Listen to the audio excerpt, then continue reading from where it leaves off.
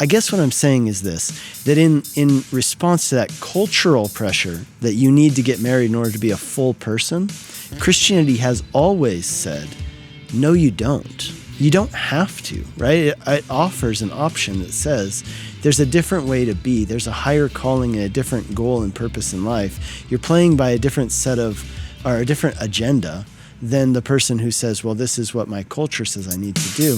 I think that's also very powerful.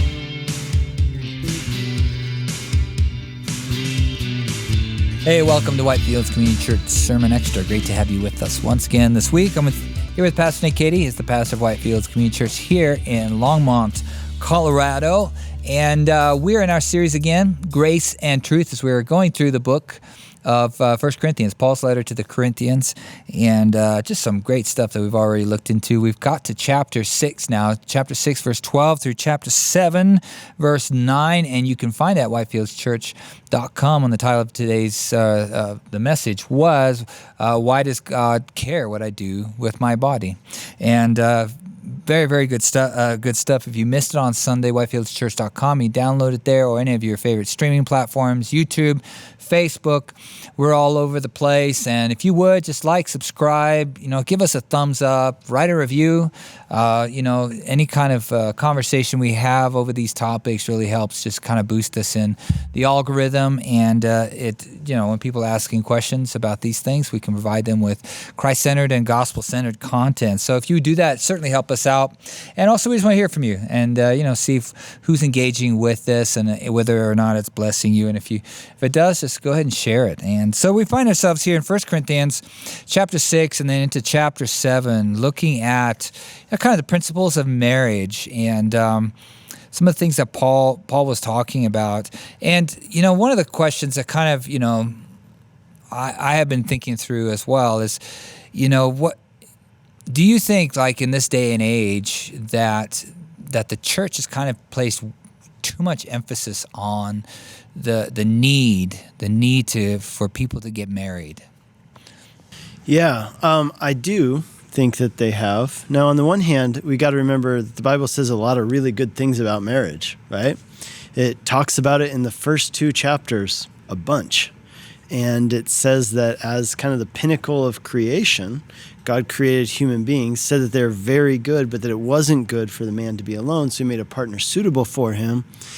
And then he looks at her and says, bone of my bone, flesh of my flesh. They become partners, and it says that they became one flesh, right? They left the father and mother. Of course, these two didn't have father and mother, but it says, for this reason, a man will leave his father and mother and be joined to his wife, and the two become one flesh. And then that verse is repeated throughout the Bible. Is repeated here in the text we look at today. It was repeated by Jesus when he was preaching.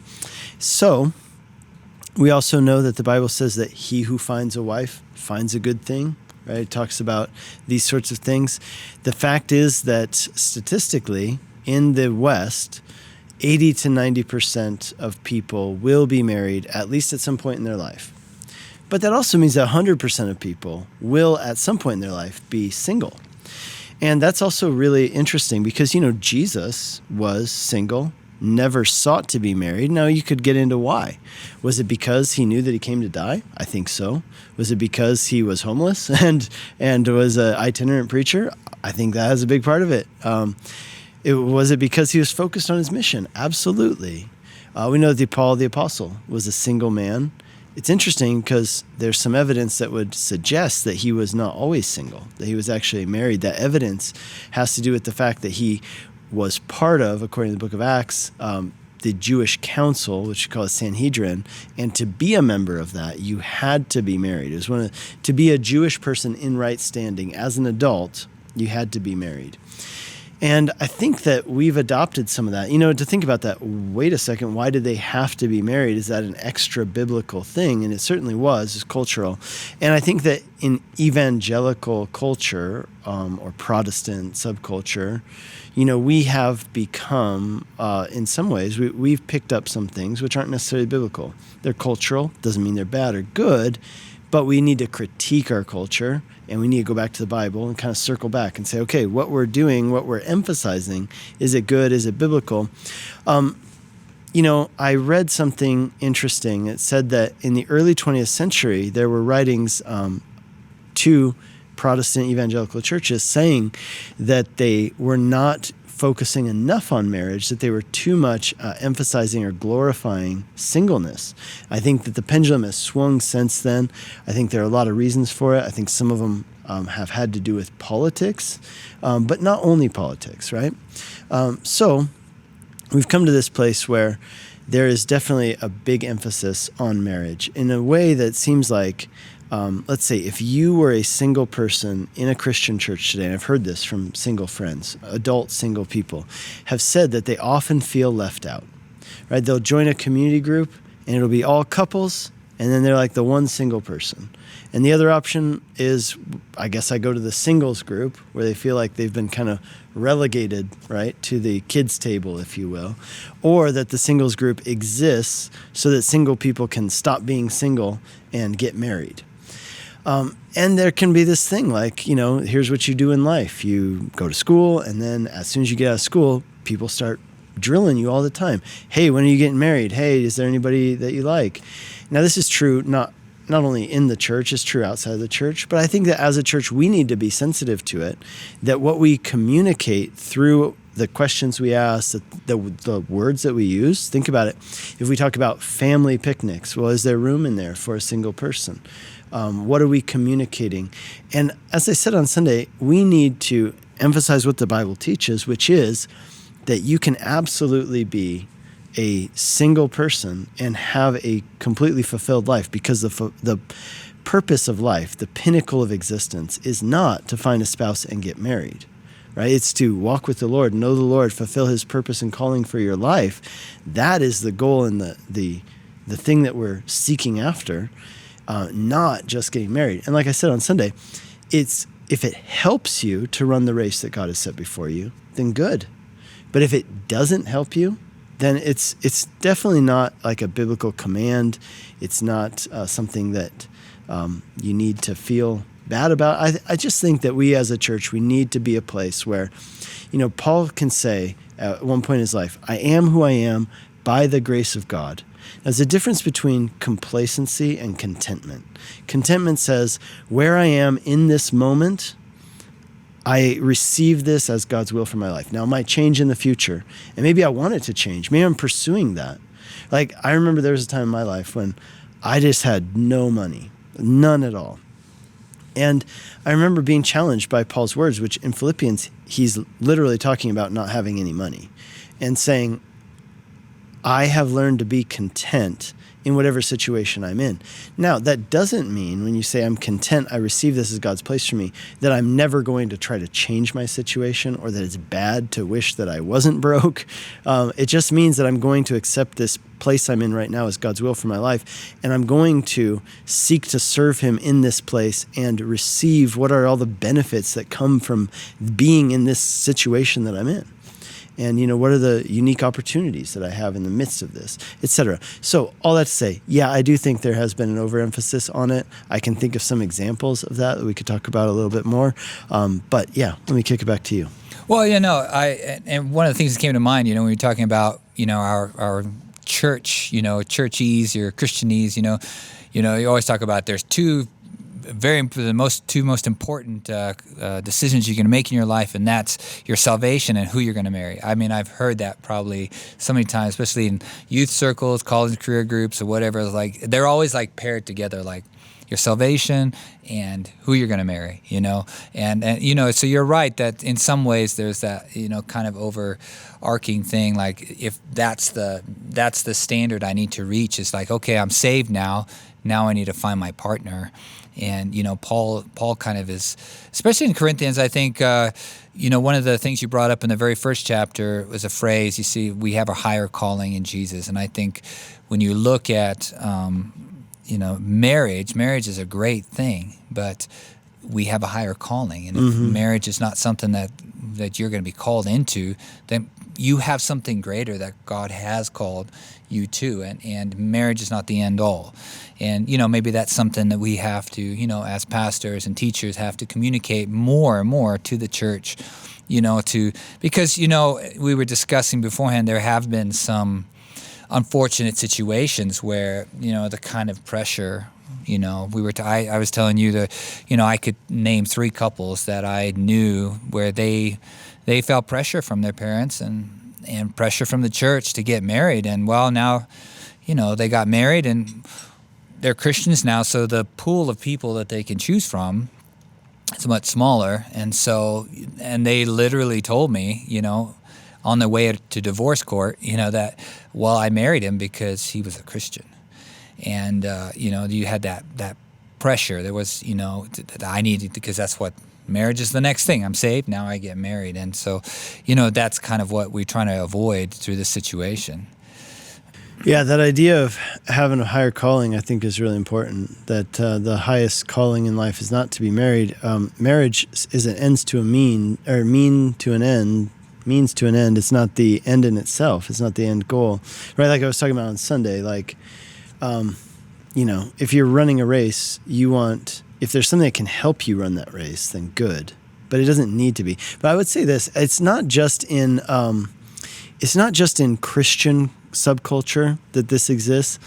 I was thinking about some cases, particularly in Hungary, where we used to live, where there was a cultural pressure that you need to get married. And there was like a unwritten rule that you need to do it by a certain age. And if you didn't, oh man, it was like you're almost like you're considered odd, or like what's wrong with you, etc., if you haven't done it. And so here's what I saw is that there were people in our church, and they look around in the church, they didn't see anybody that they liked.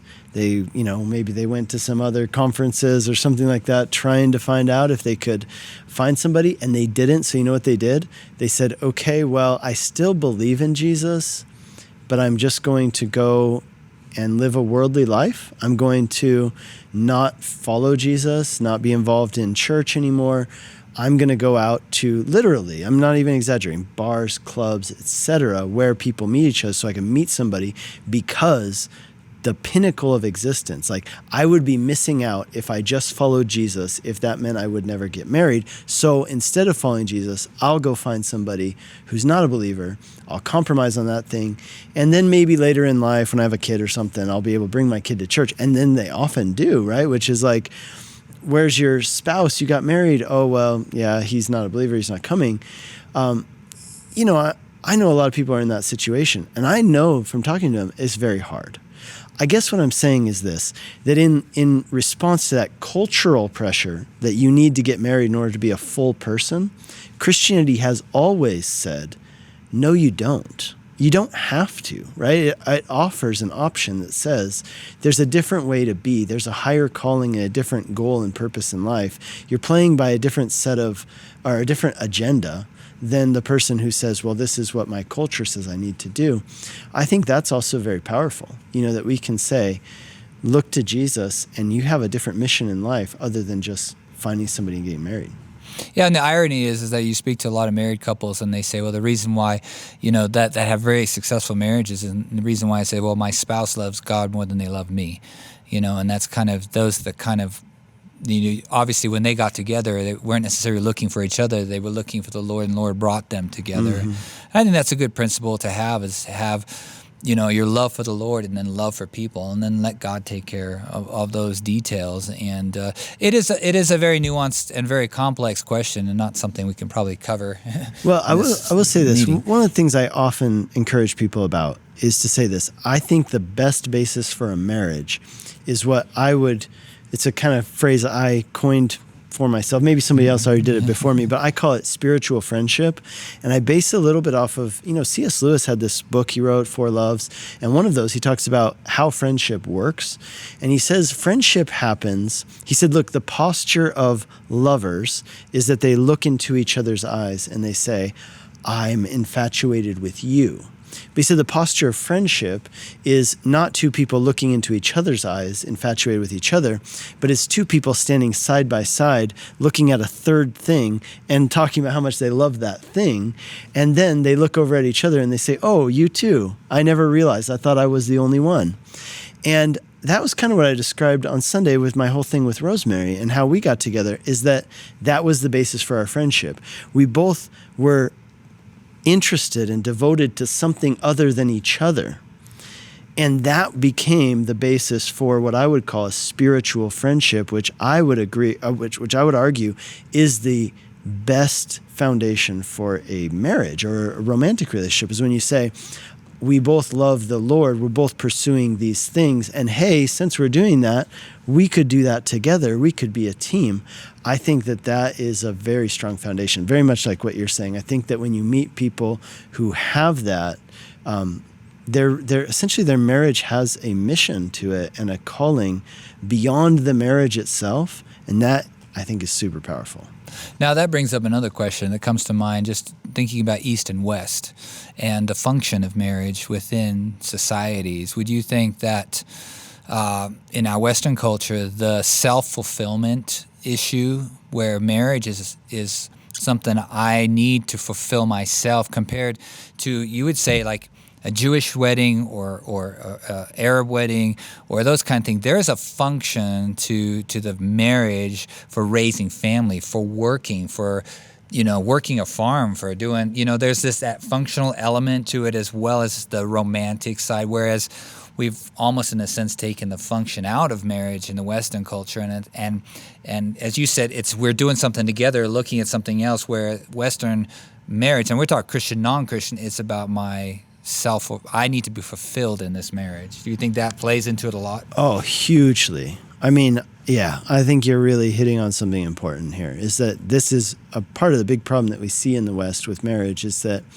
marriage has no mission beyond self-fulfillment. So if I don't feel fulfilled anymore as I once did, well, then what's the point, right? I might as well, like, if that's the highest goal in life is self-fulfillment as opposed to another mission, then I'm going to choose self-fulfillment at the expense of my family, at the expense of my spouse, at the expense of anything. So I think that what you're hitting on is massively important. Yeah, what came to my mind when I was thinking about that, when you were just talking about individuals, I remember I was at a wedding, and many times in a wedding there's the lighting of the candles. They light they have two candles, and then they light the middle one, and then they blow the two candles out, that signifying two becoming one. Well, this couple had decided they wanted to keep those two outside candles burning as a sign that, yes, we're married, but we're still two individuals. And I was like, I'm not quite sure if they kind of got the two becoming one, or I can't even think now of the outcome. Whether they were still married or not. But I thought that's kind of that what we're talking about, kind of self-fulfillment. Like we're married, we're in this together, but we're still separate people. And it was kind of it doesn't quite fit the picture of what God had set out for marriage. So, but yeah, a lot of stuff to think through. Do you have any pushback on this? Of what we talked about today?